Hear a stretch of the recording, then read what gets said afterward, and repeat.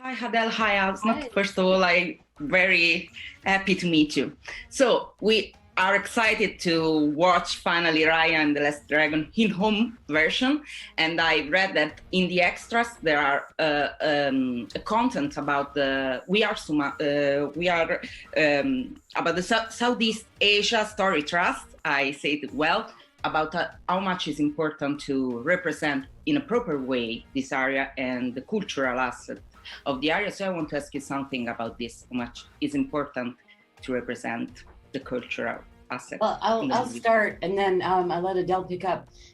So to me, it's the key to telling a story that's grounded in that's inspired by another culture. And we found ways in Moana to make that work, and then we applied those same ways in a certain way, but of course adapted for Raya, because we needed different kinds of experts as well as, but we got amazing anthropologists and linguists and dancers and different people for different aspects of the film.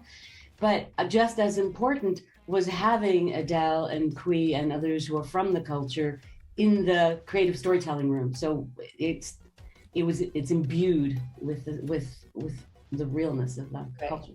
Because Raya is a fantasy movie, an original fantasy movie, but it was so important to us that our characters felt real, that the trials and the obstacles that they face are ones that we all face around the world, are facing today, and and that the friendships and the culture that it's inspired from also feels real. So because of all this work for a fantasy movie, I think that's why people will have that feeling of authenticity and realness and passion within the characters and the world.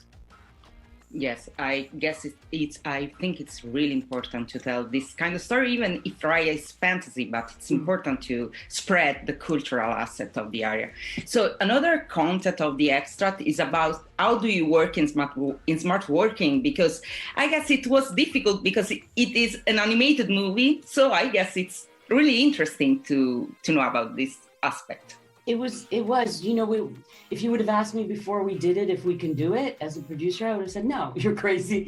No, you can't work like this. And then from one day to the later that day, we were going home. We thought for 2 weeks, 3 weeks maybe, and we're still home. So much of the movie was made from over 400 homes. And I think some of it was the technology that had to be solved. We're lucky we're in animation. You can't actually shoot live action without contact. But there were many cultural things we had to relearn. Like, how do you really have a great conversation with somebody when you're not in the same room, or with 12 people when you're not in the same room, and you can't jump up and go, look what I'm thinking on the board, and let's go grab a coffee and talk. I mean, it's so much part of the culture. And so we had to create new ways of working together that we were hoping worked. And when we saw the movie on the big screen for the first time, because we'd been approving animation on iPads, instead of like, oh my God, what did we do? It was, oh wow, this is amazing. The level of detail people put, the love they put. So it's a testament, I think, to the level of artistry at Disney Animation Studios, honestly. Of course. Yeah. I would only say it was it was fun only in that we got to be with our families a lot more during a very difficult time for all of us. And, to sound earnest for a moment, it really brought home what the movie was about, which is what's important to us, our families, our communities, and even being able to work with each other with our half-naked children and animals running around and disturbing us.